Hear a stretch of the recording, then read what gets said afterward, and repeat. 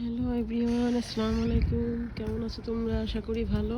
আমিও ভালো আছি আলহামদুলিল্লাহ। দেখো, আমার বাসার ব্যাকইয়ার্ডে এরকম স্নো পড়ে আছে। আমি বাহিরে আসলাম, যে প্রথম আমি বাংলাদেশ থেকে আসার পরে এই প্রথম আমি আসলাম। সো আমার দেখো, আমার যে ডেকটা কি সুন্দর হয়ে আছে পিছনে। দেখো কি অবস্থা। এই দেখো, আমি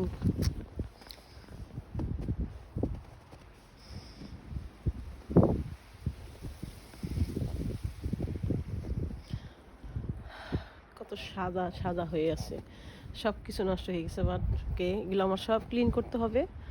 তো ভাবলাম তোমাদের সাথে একটু শেয়ার করি 5 মিনিটের জন্য। আমি এখানে হাঁটতেছি, আমার ব্যাকইয়ার্ড এগুলো ক্লিন করতে 12টা বাজবে।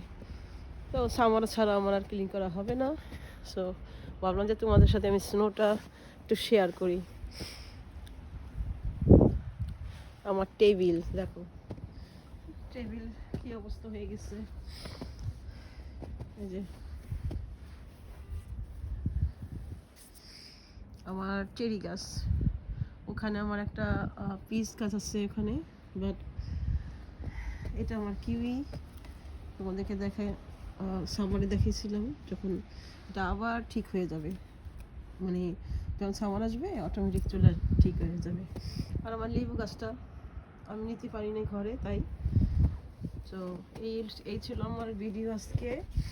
তো আমি এখন আমার ডেকে উঠতেছি। দেখো, ও মাশাআল্লাহ, দেখো দেখো, ওয়াও।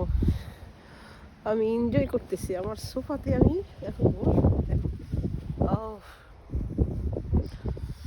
মাশাআল্লাহ, দেখো এত ঠান্ডা।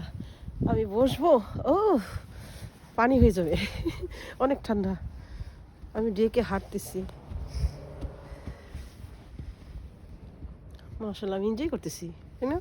স্নোটা যদি এনজয় না করি তাহলে, এখানে যখন স্নো পড়ে এখানে মানুষ মানুষ খুব এনজয় করে, বুঝছো? আমার, আমি হাত দিয়ে ধরতেছি, আমি স্যান্ড গ্লাভস পরি নেই। তো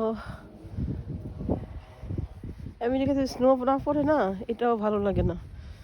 ওকে, আমি এখন চলে যাচ্ছি নিচে। একটু আস্তে আস্তে, আবার পড়ে গেলে সমস্যা আছে, আমার ছেলে আমাকে বকা দিবে তাহলে। ও এখনও দেখে নাই যে আমি পিছনে আসছি।